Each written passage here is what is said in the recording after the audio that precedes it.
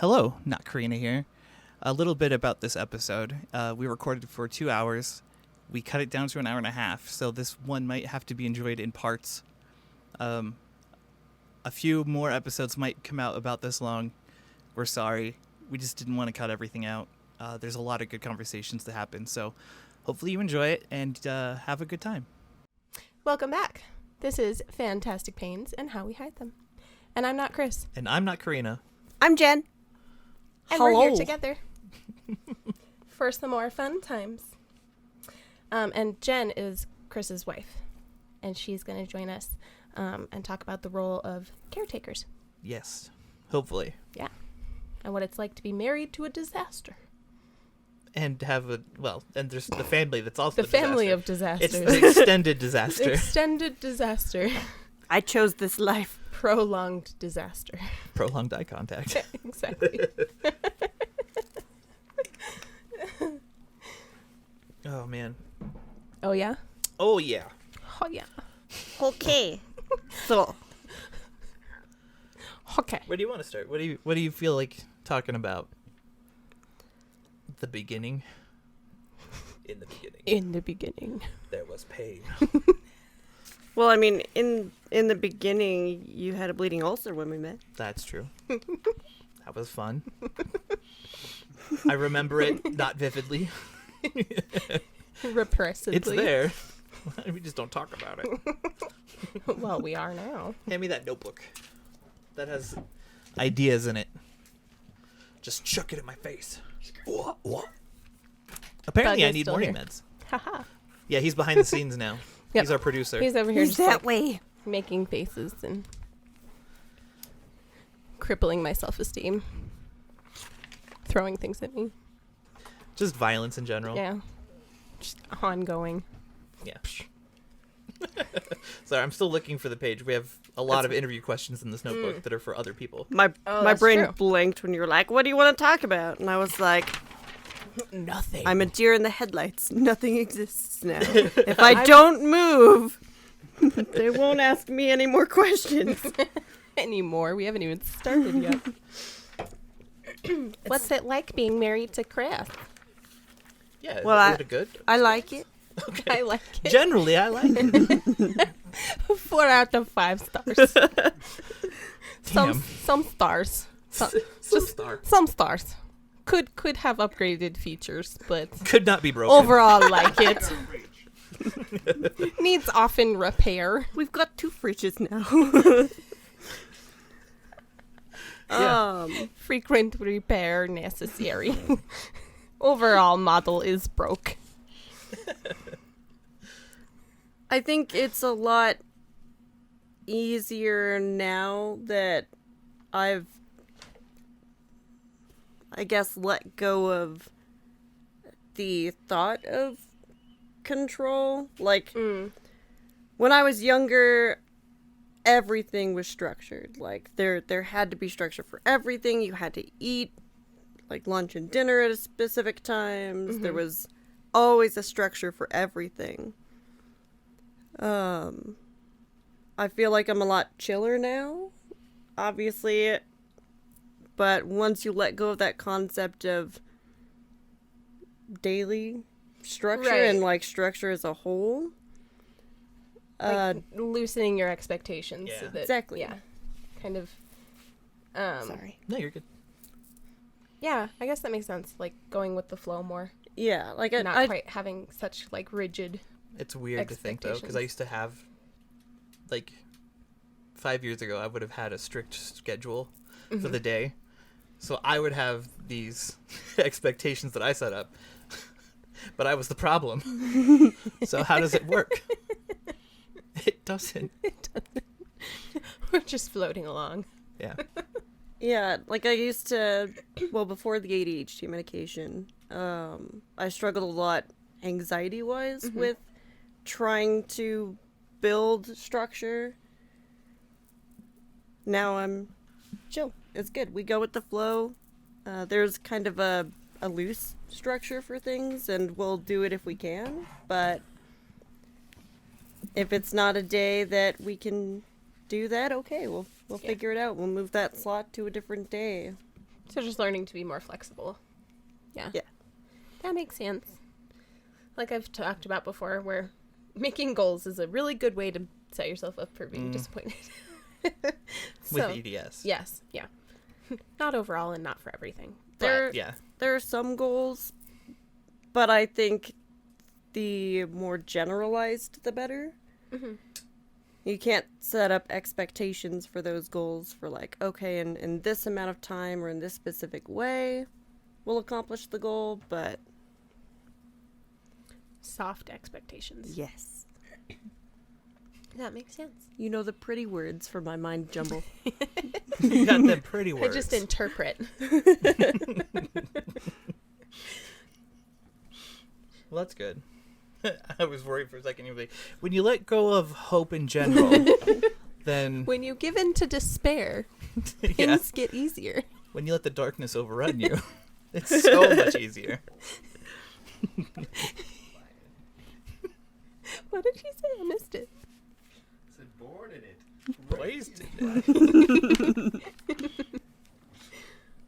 it. Did you find our question? I found bug questions that I could apply.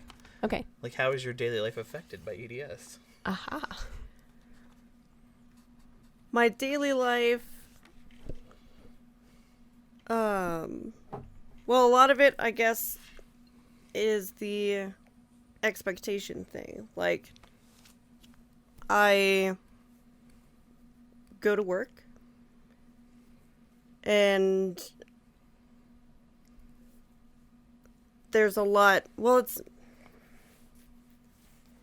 it's hard to differentiate between what things are EDS impacted with my daily life and what things I do because of ADHD.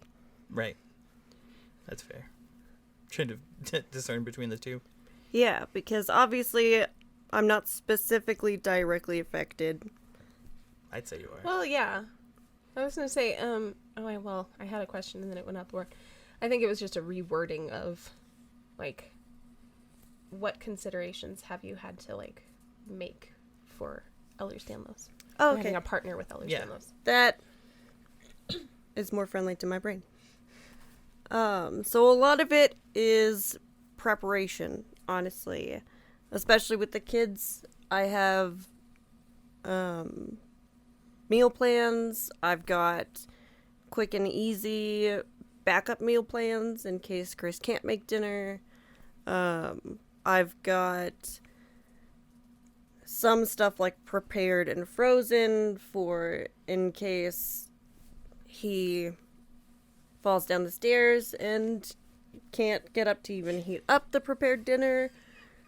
These are facts. Obviously, if something's not prepared, Papa's here, so he's always said that, you know, if you need me to, I can prepare something, but I feel bad, so I try to have stuff prepared as just in cases. I've got easy snacks for the kids, easy lunches. Easy kids. Yeah, we're definitely blessed with the kids. They were pretty much raised the same way I was with, like, make your own lunch. We have all the stuff that you need, but you don't need me to make a sandwich for you. You're perfectly capable of making a sandwich. Yeah, they're independent, and they're helpful. Are you going to win the tournament so that I can get my bone surgery? Yes! I must win the tournament! Did you ever see that? What is It was a fidget spinner sketch, and it was shot like an anime. So they've got these sick ass fidget spinners, and they're fighting each other. Oh, yes. It's like, I've got to win to get my brother his bone surgery. Or new bones. I got to get him new bones. Gotta get those new bones. Yeah. I need the $10,000. I do remember. Sorry, I was watching Pug do it, and I'm like, it's time to duel. Time to fidget. I think I'm lucky with my job that it's pretty flexible. I do requests off in advance for days that Chris has appointments and stuff like that. She's very involved with the doctor aspect of things. Yes, I am. Because you kind of take lead on all that stuff. Yes. I'm a big pansy. Yeah, there's a lot that, Chris, with that imposter syndrome, when it gets to the doctor, he'll be like, well, it's not as bad as I thought it was. And he'll downplay it or forget to mention stuff. And I feel the need to correct it. I have to correct it. I want them to have the most accurate information to help properly. Let's face it, if it were up to me, I'd probably just have a single doctor who didn't know I had a problem. And then you'd be upset that it wasn't being taken care of. Oh yeah. No, it would drive me insane. But then I'd get all worked up, go into the doctor and be like, so we should check my blood pressure, maybe? I have heart? Do I have blood pressure? Wait, no, don't worry about it. You know what? It's probably fine. I'm just gonna go.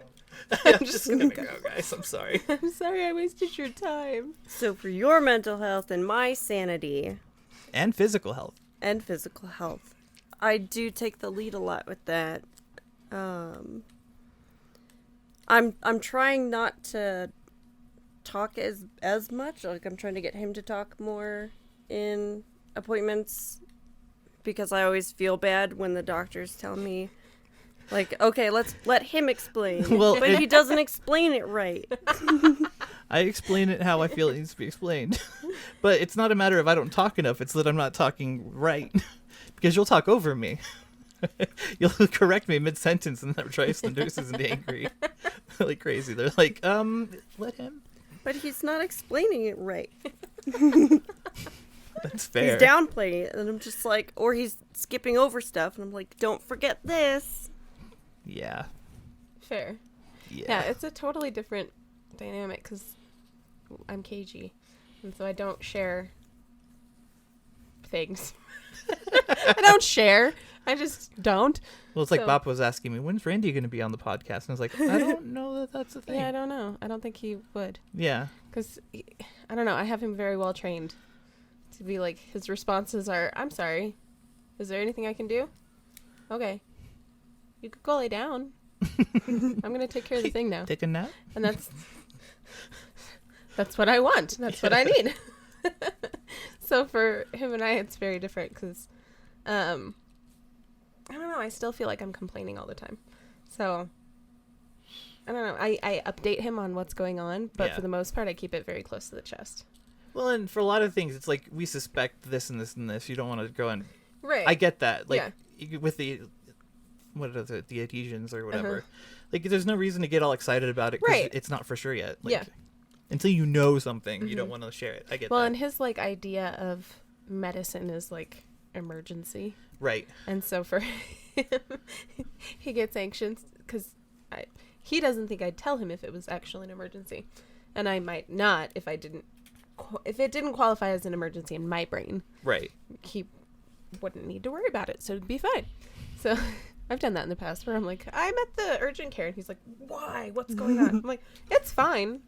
It's fine. I'm just, Don't tell him anything. It's Just fine. It's all good. What do you Don't need worry. to know? It's not like you care. Except Like, that he it's nothing does. crazy. I just needed fluids or something. Yeah. Or my blood pressure was acting stupid, so here I am. He's like, do I need to come? I'm like, no, I'm good. I'll let you know if they say I'm dying. Well, I think a lot of that difference also is when all of this started, it was pretty much like I was there from the get-go. Well, pretty early on when it was a problem without me knowing it was a problem. Mm-hmm. Chris did internalize a lot of it. And we had a fight, I believe, at the time about, if it's bad and I don't know, I love you, I'm not going to notice. I'm not going to notice because I barely notice, if I were to come into a room and the table's on fire, there's a 90% chance I might not notice it. It's true. Which is why I've gotten into the habit of just saying all the time, Yeah. status updates, I hurt, Yeah, just so that she knows what's going on. that's pretty much it too. Yeah, Like, I'll walk in and be like, my everything hurts. I'm sorry. Do you have that? On with my day. Same thing. Yeah, usually it's just like we'll see each other for the day and we'll just be like, "Hi, how's your day? How are you doing?" And it'll be like, "Oh, work was garbage. I did this to my joints today." And it'll be like, "Oh, I'm so sorry. My blah blah blah hurts," or like this other issue.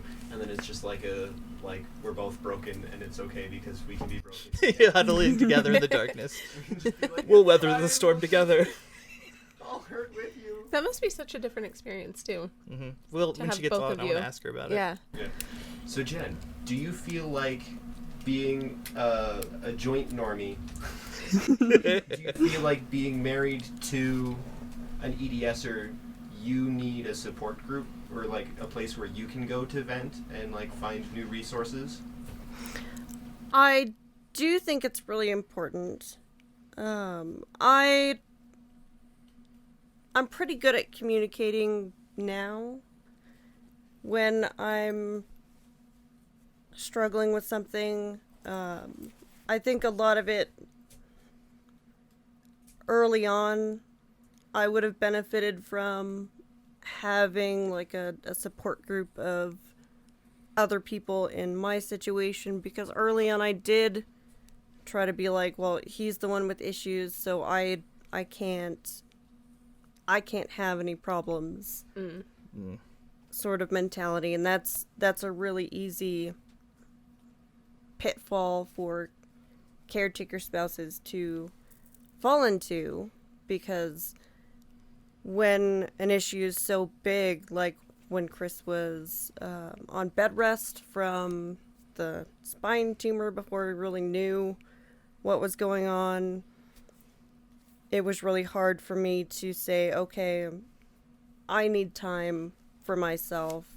I always felt like if I complained that it wasn't fair, because his problems were obviously way worse, and Yeah, we had a fight about that. I Comparative. was like, you still have the things going on. Yeah.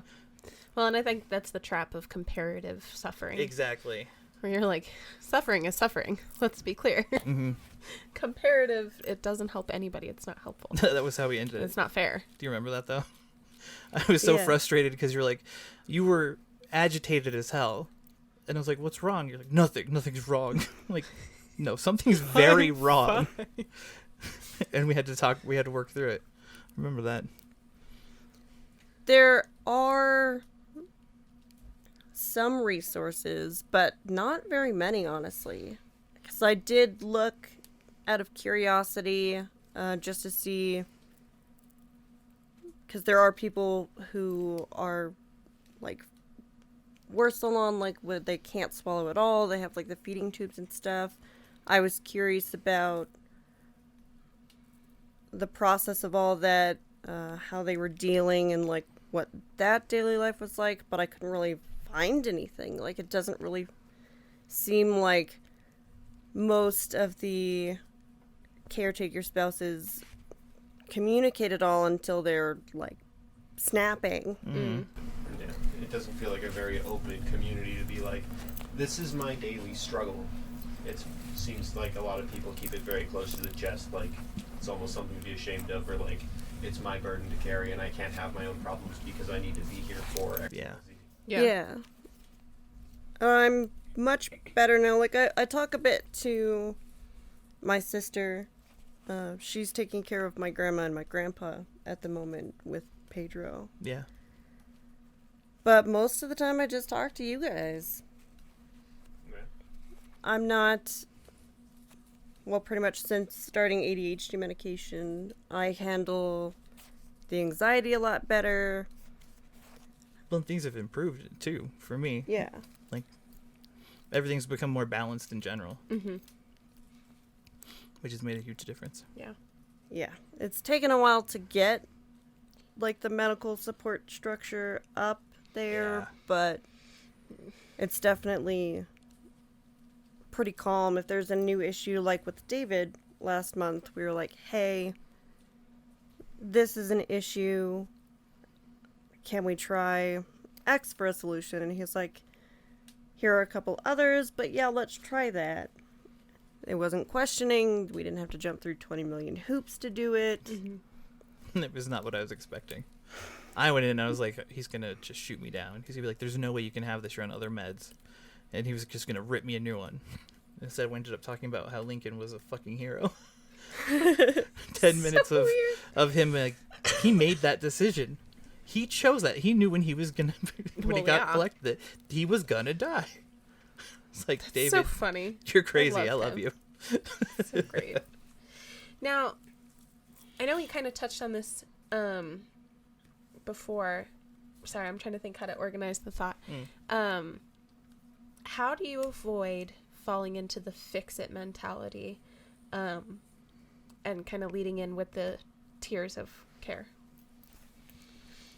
The fix-it mentality is very hard to not fall into. I think a big chunk of it comes with accepting that this isn't a problem that's going to get solved. Like, this isn't something that you can put stitches in and it's going to close up and then that's it. Mm-hmm. This is a constant problem. Like, this is our life. how it is. And it's going to get worse. And that's okay. Like, it sucks. But once you accept that it sucks balls, you can kind of try to find ways to make it suck less. And it's really hard in certain situations when it's bad and there's literally nothing you can do. And when I fall into that, where, like, he's in bed, there's literally nothing I can help, like, there's nothing I can give him to help with the situation. You just feel powerless and helpless. And that's, like, the helplessness, and then the anxiety's increasing with me being there. Mm-hmm. In that situation, I have to step away. But in most situations, I have tiers of care. So if it's something small, and most of the time they're pretty accessible. So I have all of the mobility aids in one spot that's easily accessible for Chris or the kids. It's accessible for if he's on the ground as well and I'm not home. Same with his pill case. Like, it's in a secure place, but it's pretty easy for him to access. So obviously there's the first step where, have you taken your normal routine? Is it something where it's like, you missed a dose of noon, gabapentin have and you? you suck. Or yeah, no. Are like, your nerves on fire because you didn't take your gabapentin? or was this in, like, there have been times when we haven't put something in for the week, and on day 3, I'm like falling apart, and I'm like, I don't understand it. And they're like, oh, we forgot to put in so-and-so. And I was like, Whoops. oh, shit. I've done that. Because Yeah. I'll be, like, out of something when I Right. go to fill it, and then I forgot to, like, put the refill in. Yep. Yeah, I've done that. It's not a good one. No. It's not good. So tier 1's always like the checkmark box. Yeah. Like, have you taken your medications? When was the last time you ate? Did you sleep? Did you sleep? Have you had water? The basic, regular self-care bubble. If it's something outside of that, so, like, if there's a dislocation, is this something that, like, is it back in place? Can I help you put it back in place? And then immediately after, do we need to get you an anti-inflammatory? When was the last time you've taken that? Do you need an ice pack? If it's not that bad, okay. We have different types of ice packs too. There are the bean ones, there's the gel ones, there's that really, really big one. I love the big one. Good, I'm glad. It's We've my got favorite. the I love that thing. lotion for if it's something that, Like when my back's on fire. For no reason. Yeah. The lotion helps a lot with that. Apothecana. Mm-hmm. It's good stuff. It's the best thing I've ever tried. Like, and I've done them all. Like, icy hot through.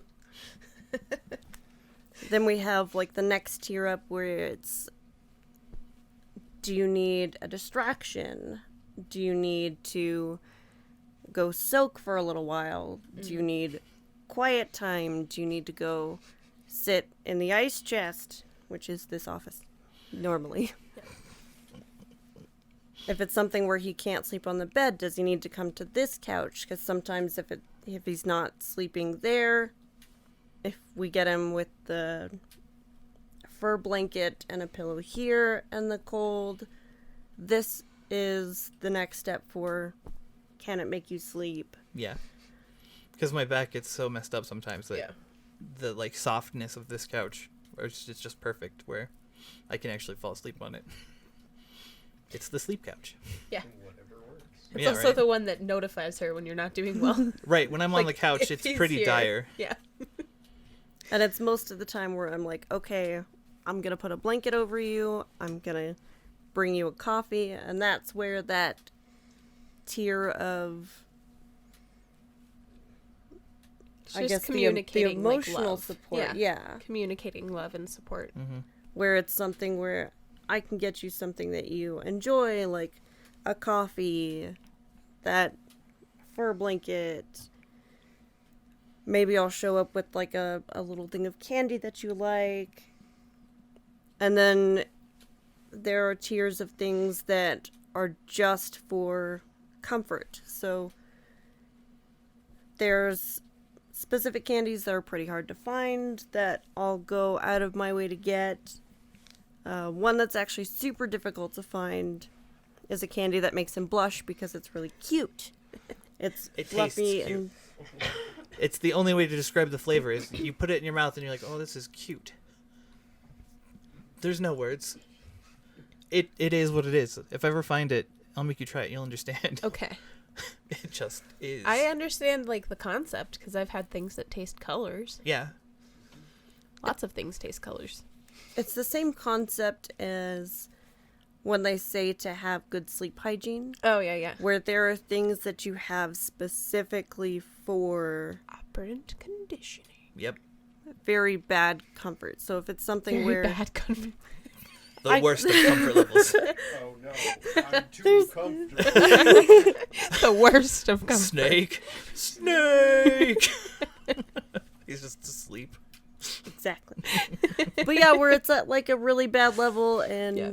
you know there's something that brings you comfort, I'll reserve those things for just those dark times so that it really does condition you to where the next time that you're having a really bad point, when you have that comfort item again, like your emotional response is a little heightened because you've already gotten comfort from it in that kind of situation, and so it Feels more like the first step in starting a ladder when things get bad, because it's like you get the rush of the thing that you know it's conditioned into you. Yeah, yeah. So you're that like, hey, there's the serotonin. right. So Hey, you're like, here's okay, some hey, now I dopamine. can get up. I'll go get dressed. I'll go. You know what I mean? That's like how my day doesn't actually begin until I've had a shower. Right. So on days where I plan to do nothing, generally I don't shower. I might take a bath, but Right. my day doesn't begin unless I've had a shower. So the first step for me is always like make it into the shower, and then after that we're golden. Yeah. But it'll take me 4 hours to get in the shower sometimes. So there you go. yeah, it's like my way of, I guess, giving you a spoon. Yeah. Or giving you some rungs for your ladder. Yeah. Yeah. It's a really good first step. That's awesome. Yeah, I really like the idea of the tiered system of care. It works. It's great. Yeah, that was something that's like new to me. I know. Absolutely It's something she's Yeah. developed Interesting. after years of dealing with me when I'm like the bottom of the bottom. Because there are times when honestly I can't help, and it doesn't help either of us for me to Like be hover. there. Yeah. Yeah. And there's some times when it's helpful for me to just sit down next to you, put on stupid movie and distract you for And a let while. you talk that shit about said movie. Yeah. That's pretty much it. That's what I do. I'm like, I'm in a mood and I'm going to take it out on this film. Yeah. Very much. Yeah. Or I'll distract you with a concept of like a magic deck where I'm like, hey, do you think this would work? And then you And then you sit down for 4 hours. We're talking days. Yeah, no, that resonates heavy. Right? I need a distraction that'll last me a week long. Yep. That's what last week was. It was Sophie wanted a deck and I wanted to make the FU deck. I spent all week doing that. See, that's funny because I don't know. And it's tedious as hell going through all your cards. It's really absorbing. I need to I was thinking about this the other day. I want to get back into crocheting No, you should get into magic. because then I could do something with my hands. Yeah, you play cards with your hands. You'd have to teach me from scratch, man. I don't care. It's easy. It's so fun though. Can you read? No. That was No, so I cannot. condescending. Can you read? we've got those cards that'll teach you this What stuff. up? I'm Jared and I never learned how to read. I'm 19. I never fucking learned how to read. Oh, suckers who wonder who the FIB trick I can't open this. I'm sweating too hard. Sorry, I flushed really Nope. bad like a minute and a half ago. And now I'm just I got it. heavily It's nauseous. that Haha, you're not the only one with special strength. the EDS strength though, like I call it something inappropriate. This is true. We won't share. yeah. I'll just bleep. So, I'm just, like, bleep this, he'll- bleep that. Self-censorship. He'll install my mic where it's supposed to be upstairs, and then I'll be like, yeah, can you go get this? And I'll try really freaking hard, but no, I can't undo it. So I have to be like, no, you go get it. Special strength. EDS strength. Well, and I think there's something to be said about that, just real quick, because I tend to break things all the time just because we don't use things normally. Yeah. Like scissors, break those. I was using Can it openers, break those. before I came over, and I was just sitting there combing my hair, and then all of a sudden, the teeth just disintegrated. And I was just like, alright. Apparently, it's just my fingers are so weak, where there's just a way that I hold it, where all the pressure is just on one spot. Wow. All my fingers are all buckled up around it. Holy shit. It's just Because we use our... He was on bed rest for 2 years before the back surgery. I lost no muscle. No muscle. It was fantastic. Like they, in the hospital when they did all the checks and stuff like that, Mm-hmm. he recovered a lot faster than they expected him to. And they were like, well, you were on bed rest? And he was like, yeah. I was secretly running marathons at night. I haven't told anybody my dark secret.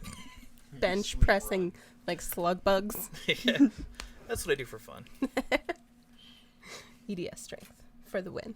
Mm-hmm. It is unbelievably hot. Gonna take a break. Yes, please. I'm dying. All right, we have returned. Jen is being fed.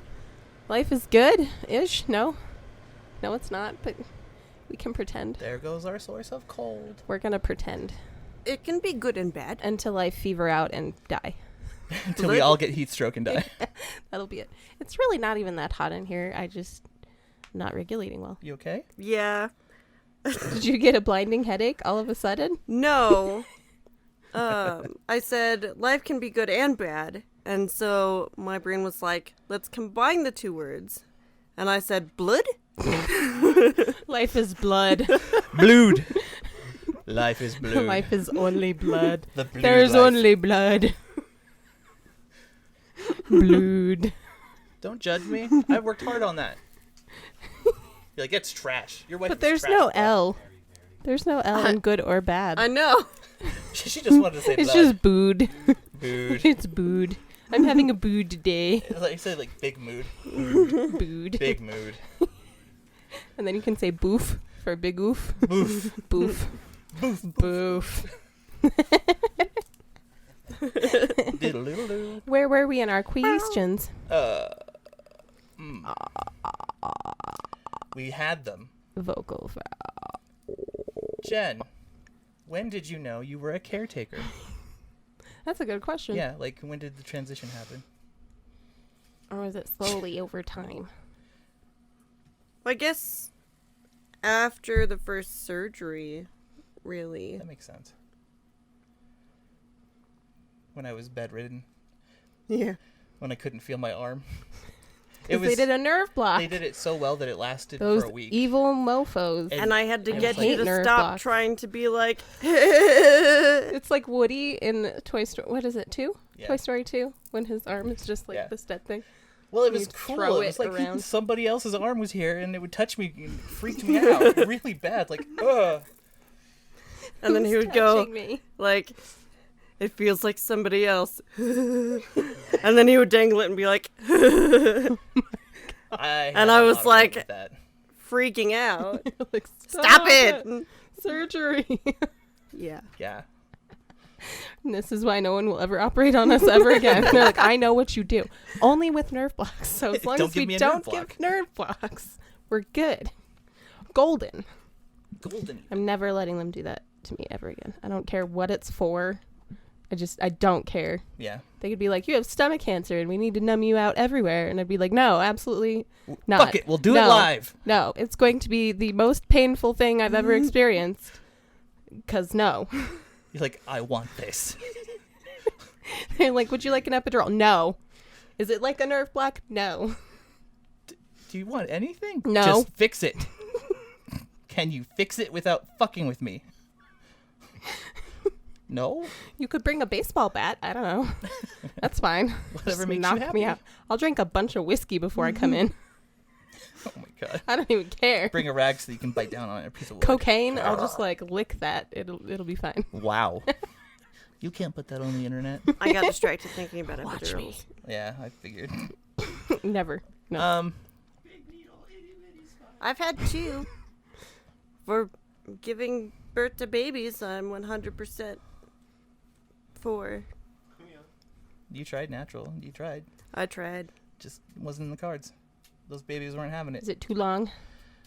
She Yeah, was well, regressing. Oh, that's the Sophie worst. started at 1 in the morning, right after game night. That's the worst because you're never rested. You're like, okay, it's time for a baby. I hope you have the energy of a million like track stars. That was when Benji was going to game so night like too. 16 hours later, they were like, yeah, it's starting to regress. We need to do the epidural. And I was like, okay. And I was Fine. bawling my eyes oh out. no. And She then we felt like a did it. failure. Oh And no. they went to go check to see how it was doing. Was like, oh, there's a baby head. There you go. 3 pushes and done. Nice. The only thing I've heard about EDS pregnancy is that it goes fast. Yeah. It's like fast, that makes fast. They're sense. like, oh, your water broke. Oh, there's a baby. Well, and you're most likely going to dislocate. Mm-hmm. Yeah. Like reconstruct your whole pelvis afterwards. You get a It whole takes new apart one. like a puzzle, Oh no. like a transformer. Yes. Baby delivery mode activated. Hips just pelvis opens. Catch baby here. And then done. Baby done. Pull the lever. Wrong lever. Oh no!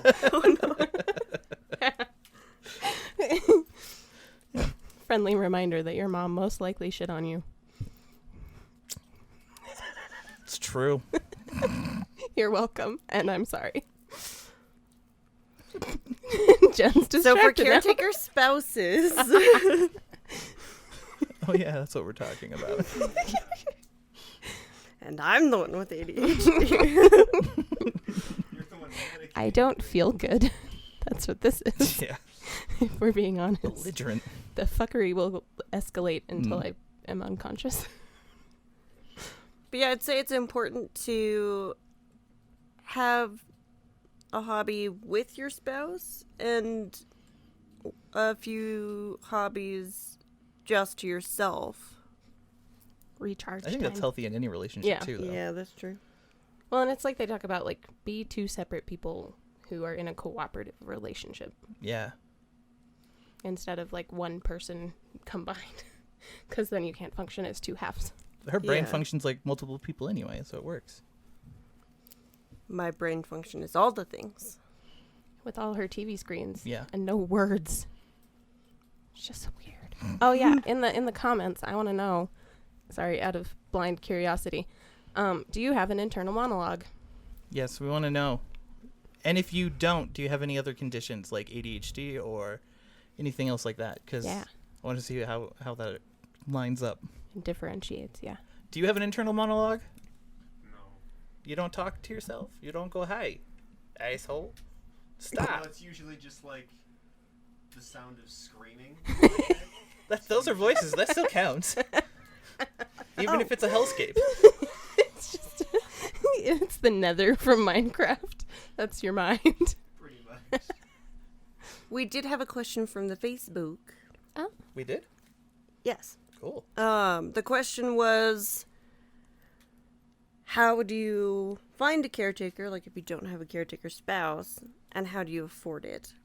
The afford it part, honestly, it's going to be dependent on Your situation. your situation, what state you live in, and the Whether you're support qualified options for there. disability, Mm. Medicaid, Social Security. It really depends. I know a lot of people don't try to apply for Medicaid. We didn't until I got pregnant, and Yeah.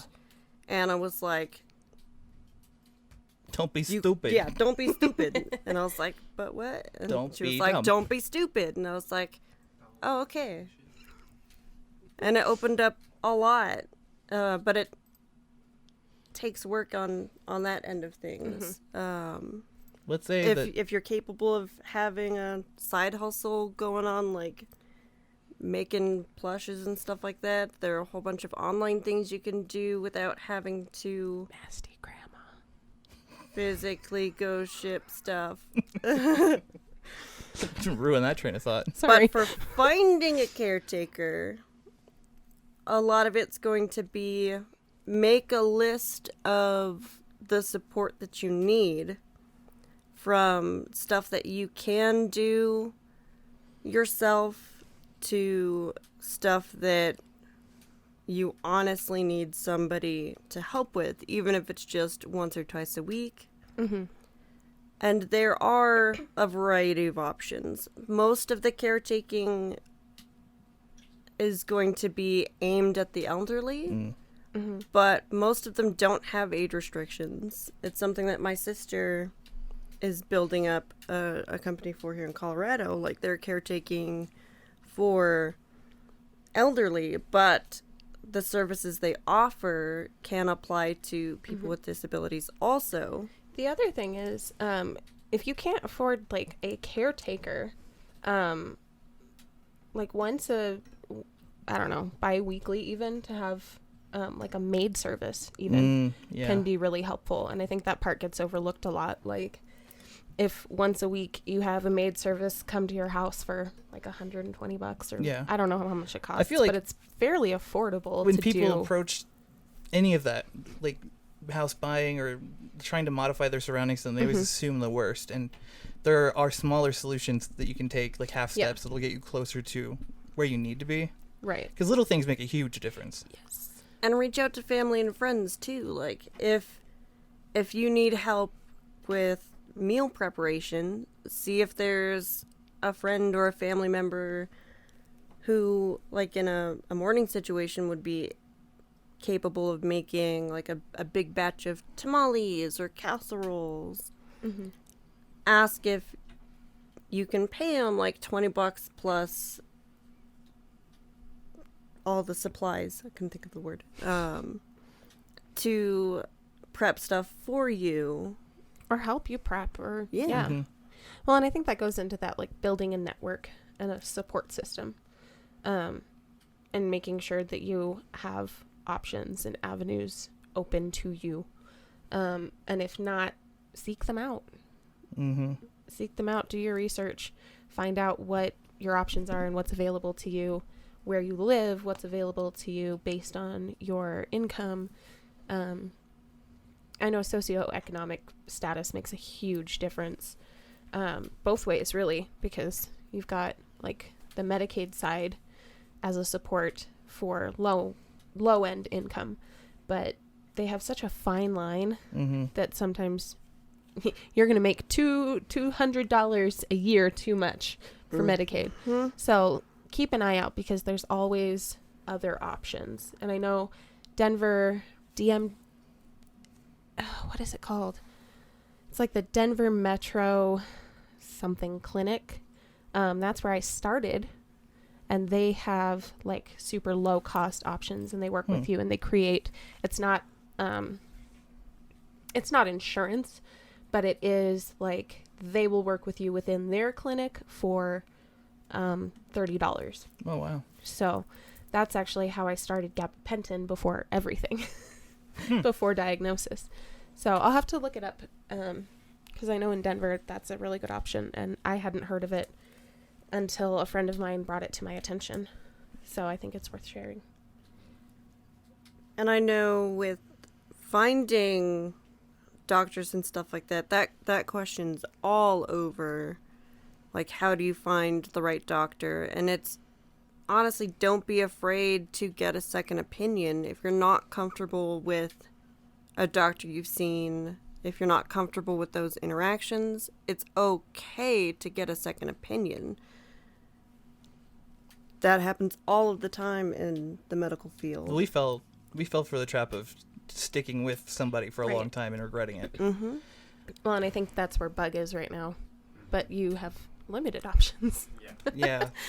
A lot of the doctors that we've found, I've honestly just Googled for certain types of doctors in our state and sorted by, like, I'll check to see if they take insurance. I'll check their reviews. I'll check their Yelp and Google and the Yeah. Run the health gamut. grades. Mhm. Yeah. But even then, we've had to work within our means. Mhm. Like inside Yeah. our network, is still, we don't get treated the best. Yeah. Yeah. Well, and with Medicaid, it's so hard. It's either that's the thing. It's hit or miss. Yeah. It's hit or miss with a lot of different situations. I mean, we're lucky we were able to put our team together. With Chris's orthopedic specialists, we got honestly lucky. Most of the time they don't see Medicaid patients, but we were at the emergency room for his shoulders, and Dr. Worrell happened to be the on-call person, and so he thoroughly looked at the x-rays of Chris's shoulders, and he said, "We don't normally take Medicaid patients at my office, but come and see me. Like, we'll take you, we'll take your insurance, and we'll help you." Mm-hmm. And because we were already patients there with him, we were able to do the back and the hips through their office. Yeah. Oh, that's awesome. Everything's been through them pretty much. Do you feel like you get like some perks for being interesting Sometimes, yeah. It depends.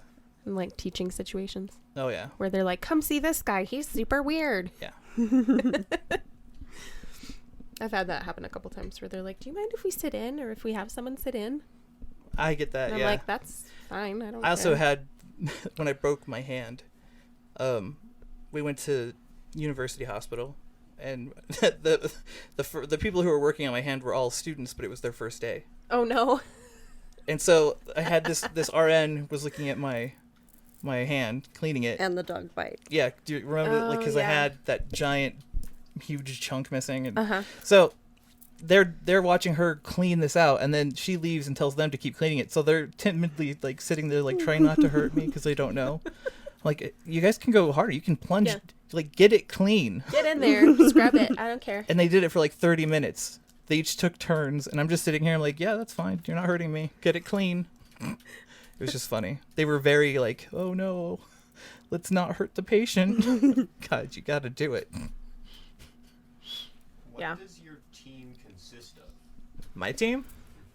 My So- team's huge. We have our primary care, who's a nurse practitioner. We have the orthopedic specialists.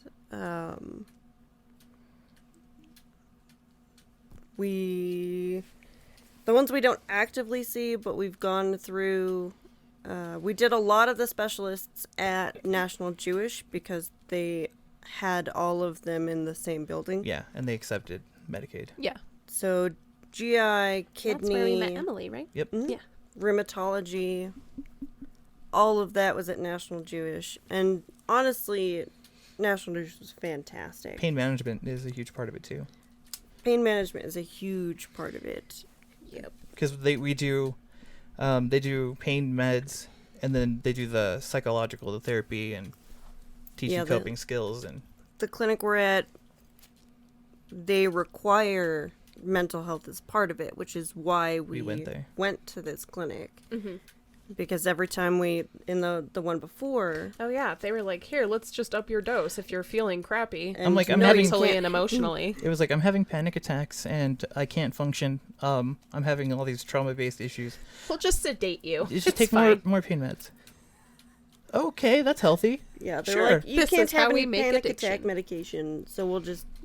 Yeah, that was their solution. And we were like, no. And then when I wanted to see a therapist, they said that I couldn't accept any medications from a psychologist or a therapist because of the It's just so contract I was on. counterproductive. Like every time we look at systems, it just makes me so angry because they are set up for failure, Mm-hmm. and they're setting up patients for failure, and it's this like self-perpetuating nightmare. So it's really cool to see like that.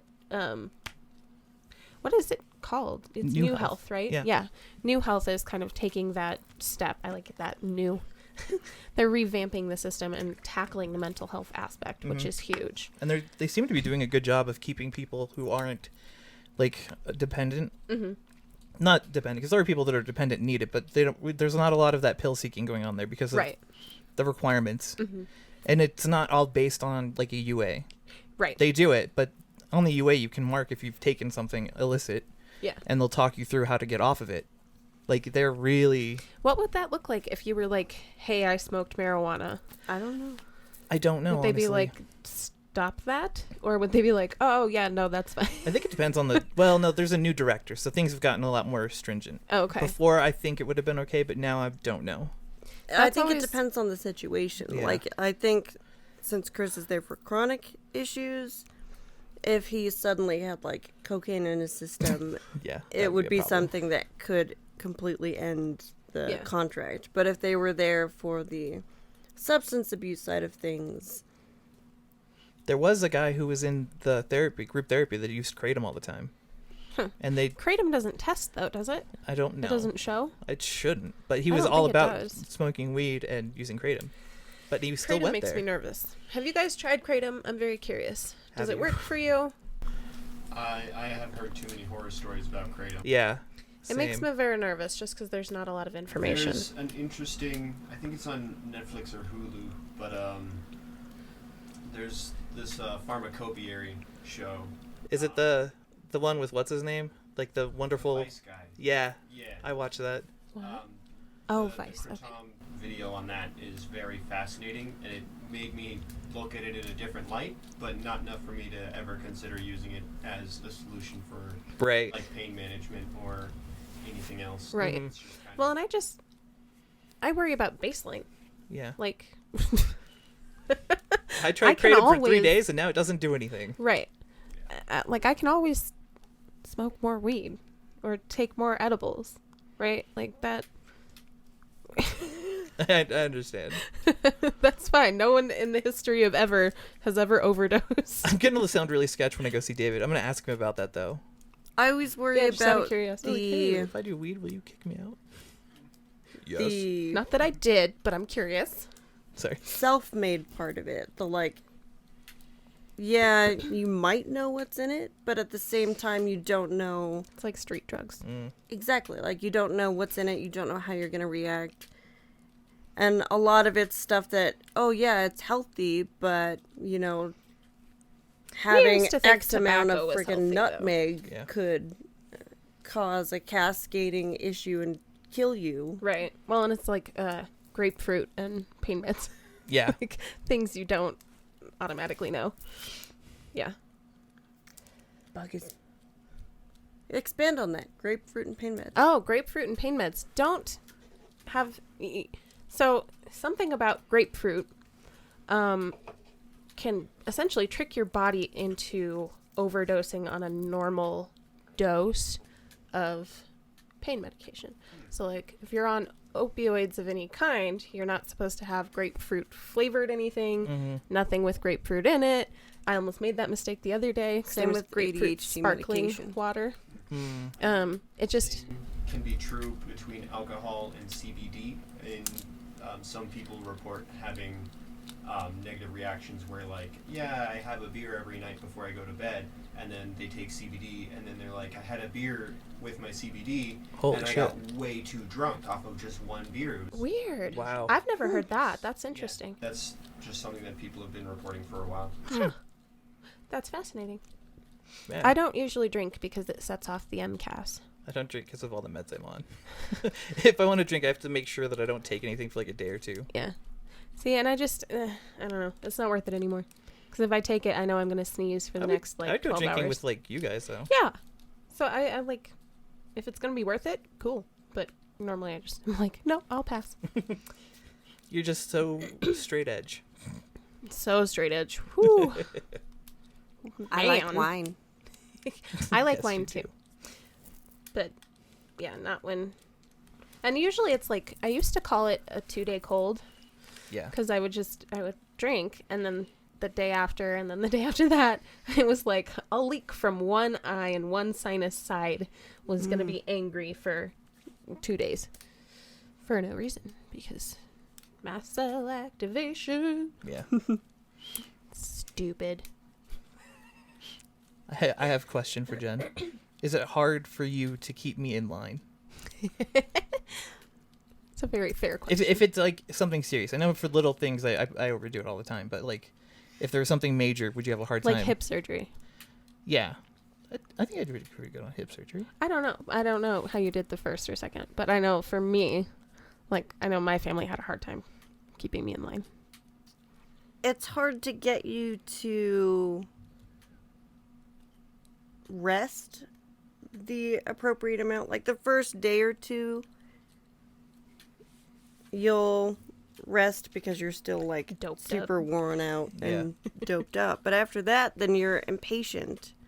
Like you're restless. And so we did a better job this time of keeping you distracted and convincing you to not get up.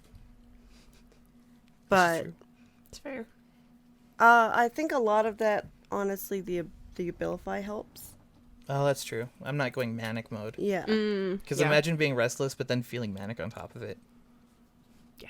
Being like, oh God, I'm having a manic episode. Let's do the entire house. I just Right had surgery. Who after cares? surgery. Whee! I can do it. Fuck you guys. Yeah. And like with the room move this time, you had to tell me that you weren't manic. Yep. But I wasn't. Yeah. And he I thought didn't it through and executed it appropriately. It didn't hurt anything. Everything Yeah. looks Did a good I'm job. so proud of you. Like, you In a really serious way. Yeah. Yeah. That's progress. proud that you did a big activity without hurting yourself. Yeah, It's I the did. First. I'm pretty much the best. Oh, I have a question. So we've talked a lot about like explicit communication, but what advice would you give to other zebras on how to establish good communication with their caretakers or their spouses? I have stumped her. Wow. She's just processing.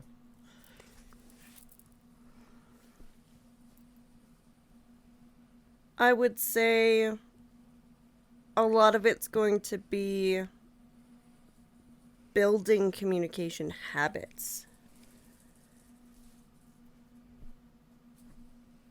Because obviously there's the aspect of you're going to downplay it most of the time. Mm-hmm. But Sorry, Bug's playing with stuff. Like a child. building in habits of communication, like when they ask you how you're doing, also ask them how they're doing. Like, build... I don't know how to describe it. Like, But- it's a gradual Yeah. thing. Yeah. I So think it's you like have to also brick get by used to brick. like the idea of having uncomfortable conversations about it. Yep. Because Yeah. you got to get over that Yeah. real quick. Well, and for zebras, I know that, like, I think we are self-aware enough usually that we think about the future and we think about the things that we can do and might not be able to do down the line and what things might look like. And I know my husband didn't really think that I was thinking about those things until I was explicit about it. And I was like, I know what you're anxious about because I've been thinking about these things and I have for years. And just kind of letting him know that he wasn't alone with that uncertainty. Yeah. Was really helpful. And I think that was when we kind of started to establish more regular communication about like what things might look like, what our options are, how we're going to handle things as things kind of go downhill. And letting them know, like, it's okay for them as a caretaker to not be okay. Mm-hmm. Yeah. That if they're upset with something, they need to express it too. And to talk about the good things as well as the bad. Because that's a lot of people in communication, they'll either stop because they feel like they're complaining too much, or I totally lost my train of thought. Or like they don't have the right to have a bad day or to feel blech because their partner's condition. Yeah. Sorry, off screen for Bug. I was going to ask the same question. Okay. I was like, how does it work with you and Star? Because we know Star is probably on the spectrum of hypermobility disorders. So, when me or Star are having a bad day, it kind of comes to the point where we need to decide who's more in need in that moment. Being like, okay, I know that my shoulders hurt, but if you can't walk because your hips are out of line, I need to be the one to be like, okay, I'll be gentle with myself, but I ultimately need to be there for you in this moment because you're having doesn't really matter if it's like a worse time, it's more of like Functionality. Yeah, what you can accomplish versus what moment and like what's needed. Like you need a shower to feel better, but you can't really get up easily by yourself. I'll stand here and be something for you. So to you end up compensating for each other in ways, like filling in. Instead of feeling like you're a one-man army, it's like I can help you in this way if that helps you. Yeah. If you need something else, then I can go grab more tools. Like we can go grab KT tape, we can go grab a cane, but a lot of it is just a matter of communicating what we need from each other and the boundaries that we have in what we can do in that moment. Yeah. Like there are days where my knees go out while we're shopping at Walmart, and I'm like, hey, can you go grab the cane? And she'll be like, my knees are also really bad. Can we just check out and go home? It's like, yeah, that's an Fair. appropriate answer. Instead of walk out to the car, grab the cane, walk all the way back in, then continue to shop. Right. That just hurts you as well. So finding a compromise and a healthy way to deal with whatever situation there is. And then also just being there and listening for when you're okay but the other person's not. Yeah. I think that would be a really hard thing because like when you do feel good, you wanna kind of celebrate. right, and you kind of discount all of the negative experiences because your brain is wired that way. You're supposed to forget pain, not in like a learning way, obviously, but you're supposed to forget that you experienced that in a way. I don't remember where I was going with that. Sorry. I had a question for Bug. Oh yeah, go for it. Sorry. No, go for it. It also made me think of, at least for caretaker spouses, when you have something like bad news or... Are you talking about the sandwich? The like pat it on both sides? Oh yeah. No. Oh. Where you do like a compliment sandwich when you want to give someone like negative feedback? No. So like with the EDS diagnosis, like if that person's getting the bad news, as a caretaker, like you're part of the disorder also. Like it's not just them. Oh yeah, It's like, part of your life too. you're impacted no matter what. Yeah. And I think a lot of that mindset for caretaking, like they're excluding, like they're going through this, and so and it could be, I don't know if it's the same, like some of the comments that I've seen, the person with EDS is so very focused and like they're having a hard time with it. They're not seeing the impact of Right. Yeah. their spouse as well. So I think bridging that communication, that it's a shared experience, is really important. Yeah. Well, and it's like when I hadn't considered how scary some things could be Yeah. for my spouse. Like, I decided after surgery that breathing wasn't important and did for like 2-3 days afterwards. Right. And it took me that amount of time to realize that, man, that must not have been a good experience for you. That must have been really scary to experience from the outside. And I'm sorry that I didn't acknowledge that. And like turning around and going back to it and being like, I acknowledge what you went through while I was going through that. Yeah. And I think that kind of falls off the plate a lot. Mm-hmm. Because, yeah, like you said, as human beings, we're interior focused. Like, Well, even in are built couples, that though, way. I feel like sometimes they both get focused on the EDS aspect. They both get lost in it because of what it is, you know? So it's not just that one's neglecting the other. It's that they're both focused on the one thing and they should be focused on everything. Right. Each other. Yeah. Yeah. My question was it hard to build that communication with Star? Or did it just kind of grow over time, or was it something you guys had to work at?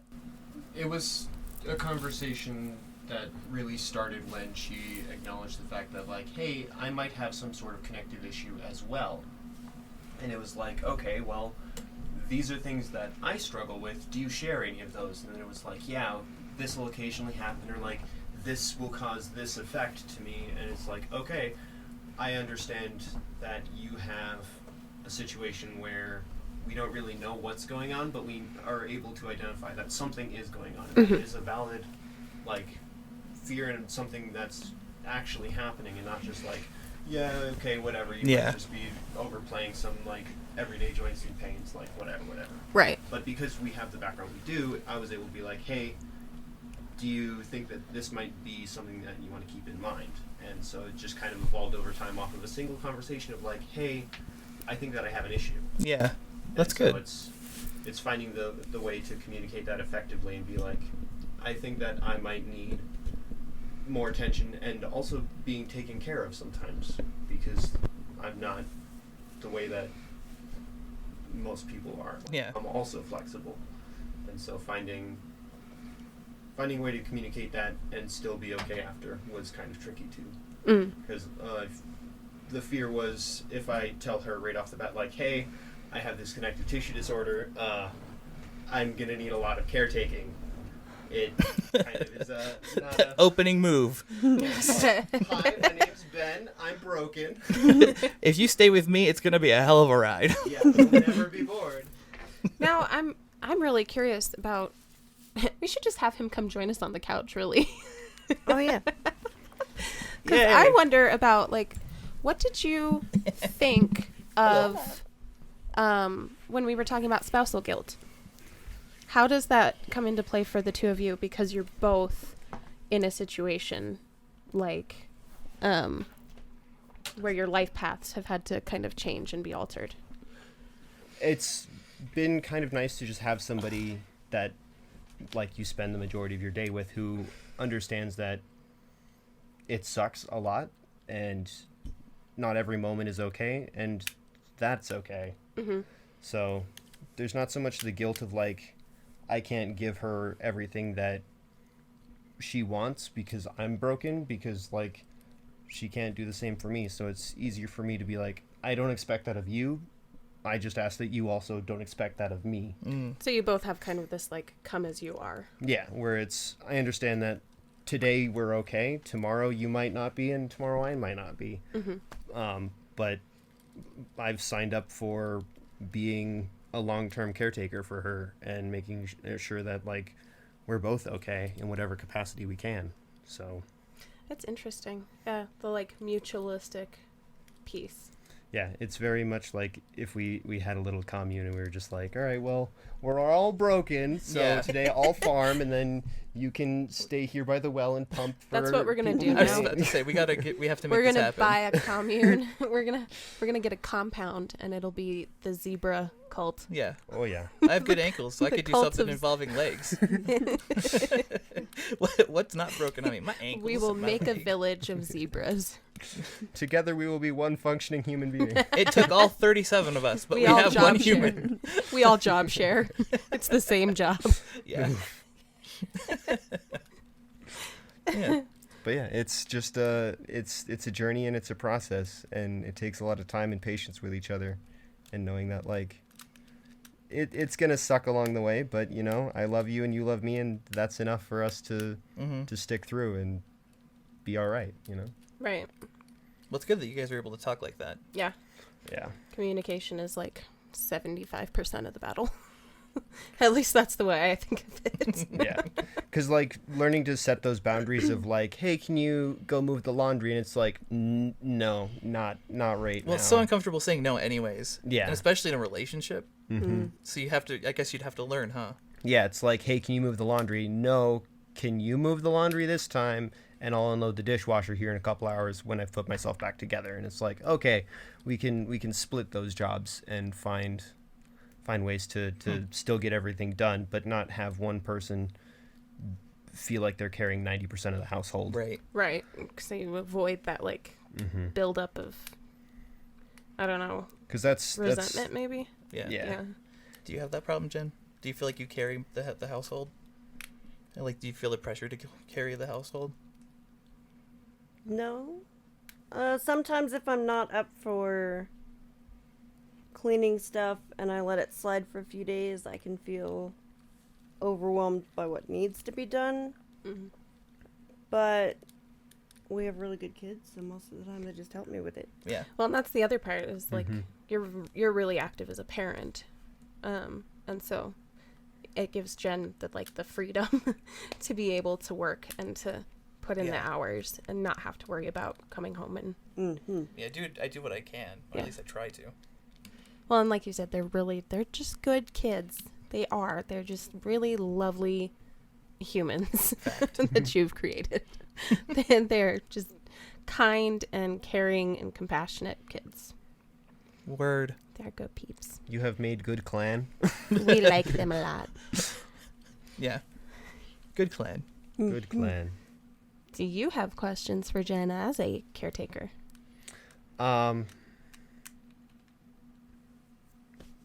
What are some of the more discouraging things that you face?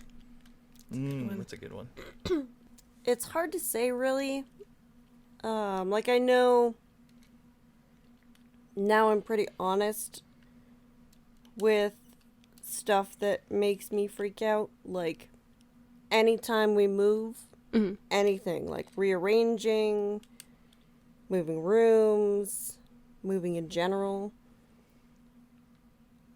I get very negative emotions and very anxious. Like, I will not feel calm until it's done. It's not as bad now that the mania is more controlled. But we used to rearrange a lot, so I would always Bi-monthly. Pretty much. dread when that would happen. I remember I used to come over and make you. It's like a let me big help. lurking shadow where I knew it was coming. Yeah. Didn't know when the jump scare would happen, but it was going to happen. Jump scare. Well, and it's funny. My mania was on a schedule. You could tell, like, when I was like heading to the depressive lows or the highs, you could almost time it because things would get done and then nothing would get done. Because that's how being bipolar works. Yeah. I do dread doing laundry. I hate doing laundry. Part of that is because it's in the basement, so I hate taking it all the way downstairs. We need a. And Jen a has weight. creaky knees. She I does. I do have I have a very bad knee. My left Yeah. knee. It literally goes. It's every really time. awful. Every time. It's she like does if you stuff. were grinding your teeth. That's what that sounds Or like. like teethless sugar. You Well, know what when I mean? had that car accident when I was younger and I was still in Castlewall, I had to change how I did all the stunts and fighting to where I would always land on my left knee. Mm. So it took the brunt of The abuse. that. Yeah. Yeah. Yeah. Oh, yeah. But honestly, Papa helps a ton. Yeah. He's our third wife. It's so funny, like the way the His words. dynamic works. He said that. Yeah. I love it. He was bringing up a story of Grandma Nancy and how they felt like they needed a second wife Yeah. to help with the relationship because they both didn't want to clean it. I think they had a friend who would help with stuff. So he's like our second wife, I guess. That's really funny. Like, I I like like cleaning the dishes. I've never minded cleaning the kitchen. I wash the floors a couple times a week because kids. Yeah. Yeah. They're just sticky and gross. Sticky hands. Stanky beans. And That was so he funny. takes care of their clothes. Like, pretty much by the time I check to see how they're doing on laundry, it's done, Already taken them. care of. Yeah. which helps a ton. I don't think we've asked this question yet. For both of you, really, how did your vision of the future change through the lens of EDS? I used to stress about the future a lot because, like I had said before, I was super pessimistic as a kid. Mm-hmm. Legitimately thought I would be dead by the time I was 30. So I didn't plan the future. And then with how I used to function with reaction, like with my family, they react to things and bad news via panic first, Right. where I had to learn how to respond to stuff. So I used to obsessively worry about what job I was in, how it would look to other people. Like, oh, yeah. back when I was doing the hotel job, like, it felt really important, but Mhm. I was miserable. Yeah. But that's not even a good word. It was beyond that. It was like torture. It, what she was it, doing. It was. Well, it was And definitely abuse. Have high functioning PTSD is what I was diagnosed with.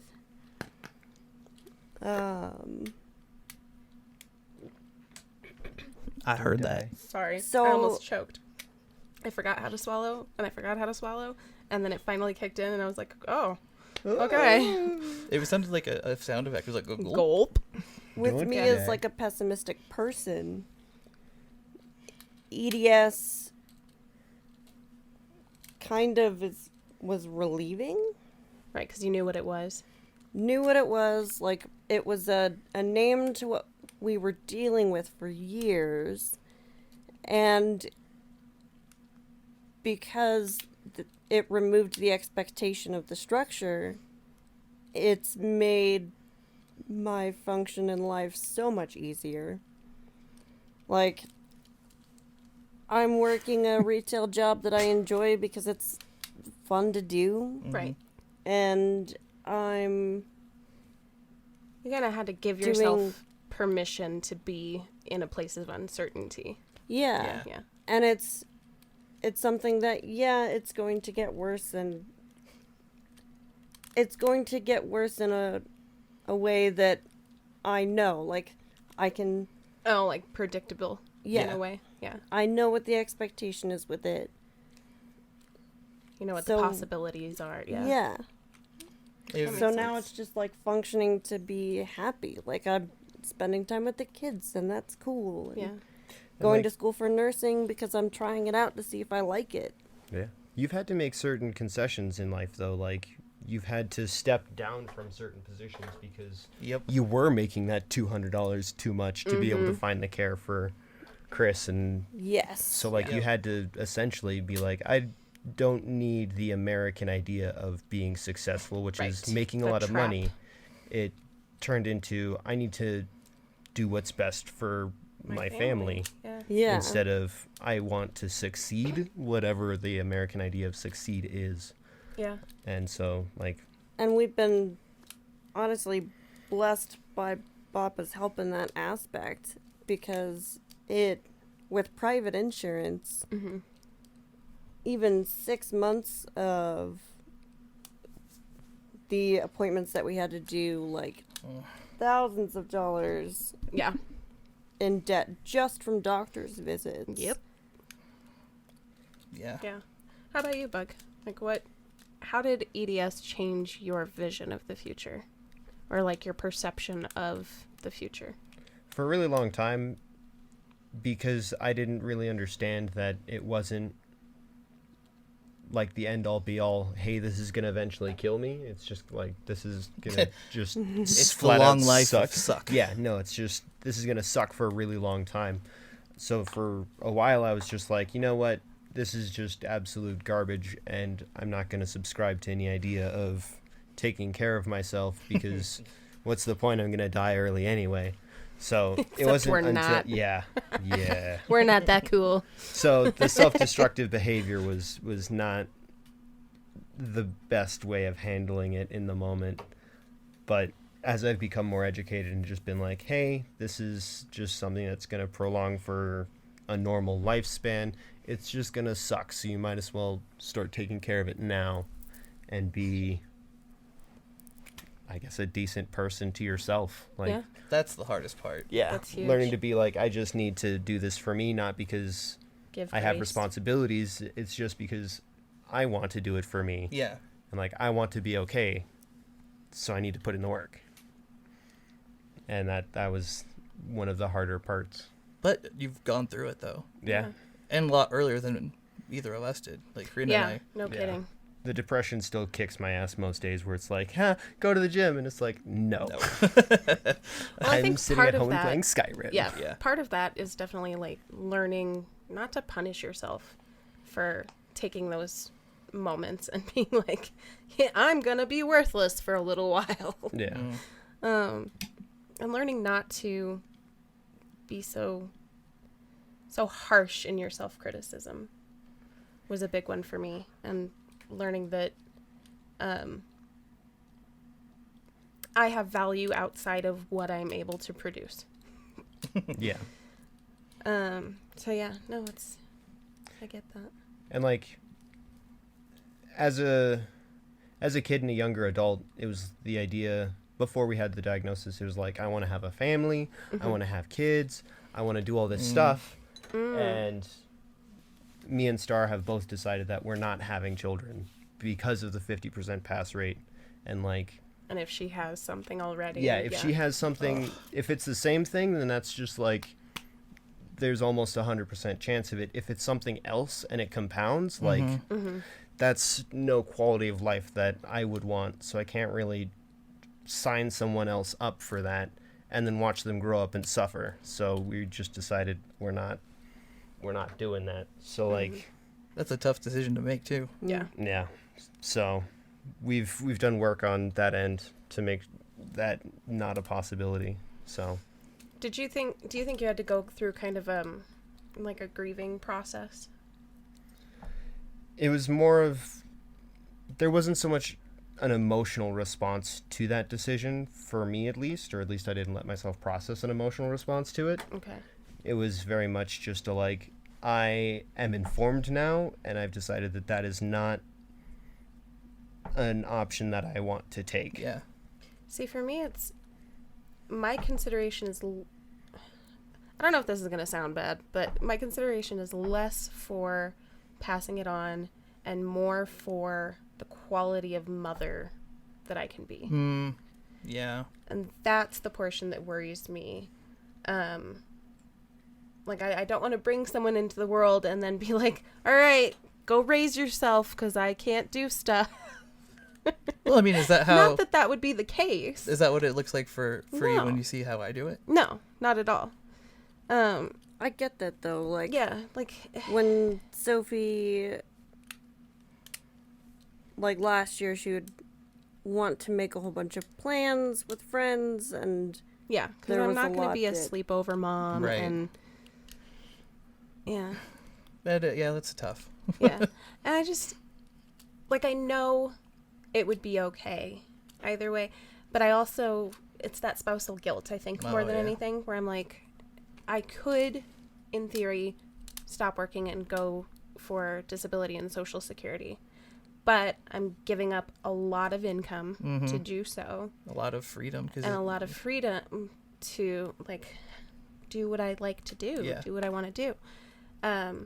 Because ideally, if I had everything my way, I would love to be a stay-at-home mom. That would be what I would want to do.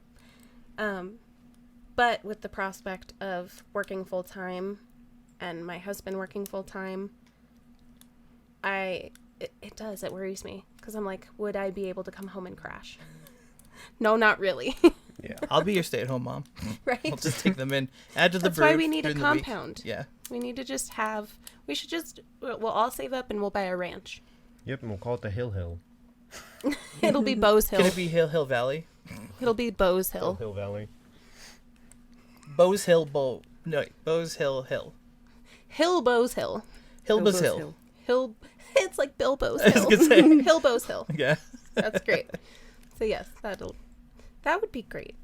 Because I think, as a society as a whole, I think it'd be great if we could get back to the "it takes a village" mentality Yeah. and like have that. support Yeah. people. Yeah. Look to your elders for knowledge. Right. Don't And, be like, ridiculous. They only have experience in life. I mean, Stupid boomers. stupid boomers with their knowledge and life experience. Lol, thinking they know things. Right. But yeah, so that is more my concern when insert it a comes clip to of like having kids or population. the idea of having kids. Is I'm like, would I be a quality mom? You wouldn't be alone though. Yeah, that's true. Seriously, we would help out. For show. You have the village, it's just not in the same... I Right, know we we're need not to get the succinct. village in the same place. Yeah. Yeah. No, that's Was it a tough call for Star? No, Star has never wanted children. Oh, okay. So, meeting her and then being like, I have this thing, it's got a 50% pass rate, it sucks, would you ever be interested in having children? And she's just like, no part of me wants kids. And I was just like, okay, cool. There's no resistance or like pushback from that end. And then finding out that she also has some sort of connective tissue issue. is I what- love saying that. Tissue issue. Tissue issue. Yeah, It's a tissue issue. but that... Can I unsubscribe from this issue? Oh, no. No, you cannot. I want to get off Mr. Bones' Wild Ride. What'd you say? I want off Mr. Bones' Wild Ride. So it definitely made it easier, the fact that she didn't want kids in the first place. Well, yeah, imagine if you really wanted kids, though. That does work out. Right. Yeah. Like, that would... Ugh. That was definitely something where it was just like, if we had to have that conversation and one of us had to just be like, no, not happening, that would be crushing for someone. Right. Unless you Like want it. relationship ending. Yeah. I don't. That's I like, think you that can't point. give me the like primary thing that I want out of life, because you want to feel that level of fulfillment and like achievement, Right. or like just building your own family. Yeah. Got it. So yeah, Interesting. it was a time. Yeah. Well, at least you didn't have that resistance, like Chris was saying. Yeah. I'm sure that makes a huge difference. Yeah. I Because don't I've know. known people who like get into relationships and they're like, I thought I could change my spouse's mind and that we Yeah, could have You kids. should never go into a No. relationship like, I can change And this. then- I can fix you. Yeah, no. No. Yeah. No. If you go Don't in ever wanting to assume it'll fix, change. Yeah. Yep. yeah, This is going to be a really long episode. Yeah. yeah. Well, I think we're I do got to get going. at a point. Yeah. You do have a life. I do. I have a wife and a life, and we've got a magic game to get to. Fair. Should we sign off? Yeah, we could do blah blah blah. Do the Do blah do's. blah blah. Wow. My brain just decided that wasn't going to happen. So no, we can't sign off. Wow. Durgle, durgle, durg. Okay. Well then. Yeah, if we hadn't had kids first, I don't know what we would have decided. No, yeah, I don't know. Probably the same thing. I feel like. You think? It would have been. Yeah. Well, it's I guess a slightly easier decision because there's no high risk pregnancy since I don't have it. Oh yeah. See, but I have no self-preservation, so that part doesn't worry me. Right. I'm like, it's fine. What are you It's all guys fine. most concerned about seeing in Sophie and Rory? Sophie, I'm pretty sure she's good. He's a She- normie. She is Nori, but Rory is not.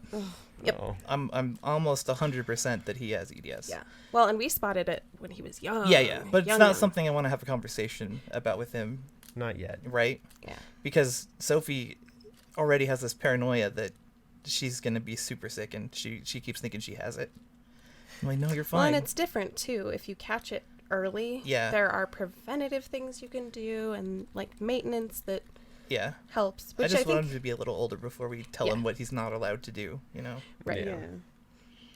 Well, and I think for me and Randy, because we're both special ed teachers, and we don't really subscribe to that, like, I don't know, because I think if it was something that was going to like hinder life expectancy Yeah. or like ultimate quality of life, That I would bring up. yeah, but like Like I'll I tell wouldn't him say to that stop. we have a life unworth living No. with Ehlers-Danlos. Right. I think like we face a lot of unique challenges, but there's still so much good mixed in with the bad, and I feel like now, as knowledgeable as we are, we'd know what to look for, and we'd be able to give them the help and support that we never had growing up, which I think would make such Yeah, a it'll be difference. completely different for Rory. Yeah, Yeah. totally different. Like So, the yeah. the only things I bring up is like when he tucks his feet underneath and walks. Oh, I like, know. There are little Wax on behaviors his little that- feet knuckles. yeah. I'll Ugh, tell him to that stop hurts that. me. Or I'll see him doing something really ridiculous with his knees. I'm like, no, don't do that. It's Don't bad do for that. you. Okay. I know you can, but don't. Yeah. Yep. Alrighty. Let's go. Well, Oh, yeah. thanks so much for hanging out, guys. Always. It's very yeah, cool. It was fun. Yeah. Fantastic. Huzzah! We did it. We did. We We did did it. do it. I wish you proper magical destruction today. Oh, agreed. I Indeed. feel like being a dick, so we'll see how it goes. Yeah. I mean, if you could play it, I'd say take the sliver deck with you and just surprise everybody. Yeah, just be like, all right, so I'm playing slivers today. What's on the menu? Pain. There's something on your face. It was pain. Did we All sign right. off? We haven't said bye yet. We haven't said bye yet. We're just talking now. Goodbye. But we love you, and we'll see you next time. Love you. Bye. Bye. Nice. I don't need end claps. Everyone claps at the end. I don't need the end claps. We just like doing it. Do I need the old questions, or I could just steal Bug's questions, right? There you go. And bet he's got all the questions. Are you like a dictionary, but just with questions? Do you have a question that'll answer or cure my EDS? What is love? This should be. I'm better.